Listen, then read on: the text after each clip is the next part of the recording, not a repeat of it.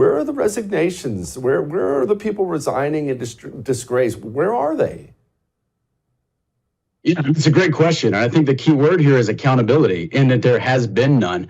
So I think you raise a great question, is that how can Americans, whether they are service members, whether they are veterans, whether they're the family of service members or veterans, or whether just Americans in general, how can Americans look at our generals and our admirals and actually think that these individuals are making the best decisions for our military and for our national interests?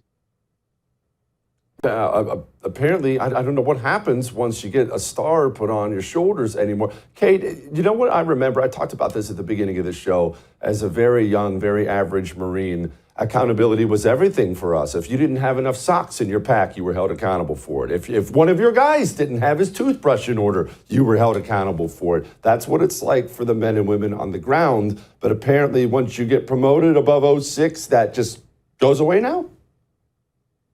Yeah, I mean, apparently you can be in American politics and be all the way up in the White House and have no accountability. It's not just Afghanistan.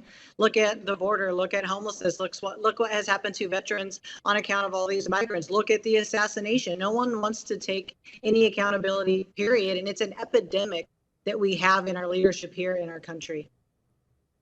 No doubt. I remember when John Kirby, Brad, remember when John Kirby got up, he said this after we drone strike 6 children? What I can tell you is we looked at this thing very, very comprehensively. And again, we acknowledge that there were procedural breakdowns. Processes were not executed the way they should have been. But it doesn't necessarily indicate that that an individual or individuals have to be held to account for that. But look, is there discipline inside the Pentagon at all? I mean, maybe there are no charges brought up, but is anyone demoted or disciplined for what happened that day? What we are going to do, there's not going to be individual discipline as a result of this, Willie. But what we are going to do is learn from this, and we're going to enact and improve our procedures and our processes to try to make sure this doesn't happen again. We're going to learn from this, like a child eating paste in preschool. What does that mean exactly, Brad? A failure of process, but nobody's getting fired or reprimanded. Who is process? Can we meet him?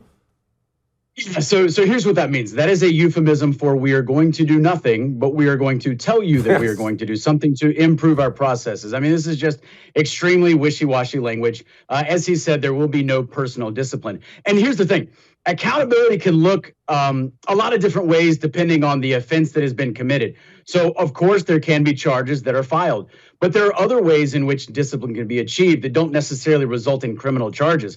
The problem is when, nothing is done. So I think at the outset you mentioned that I was a retired colonel. I actually resigned as a lieutenant colonel, but I spent 19 years in the Army, and before that, 4 years at West Point. And just like you mentioned a couple of minutes ago, accountability was everything. I mean, that was something that I learned very early on in my first days as a cadet at West Point. But somewhere along the way, as an institution, we have completely abandoned the necessity or the practice of accountability.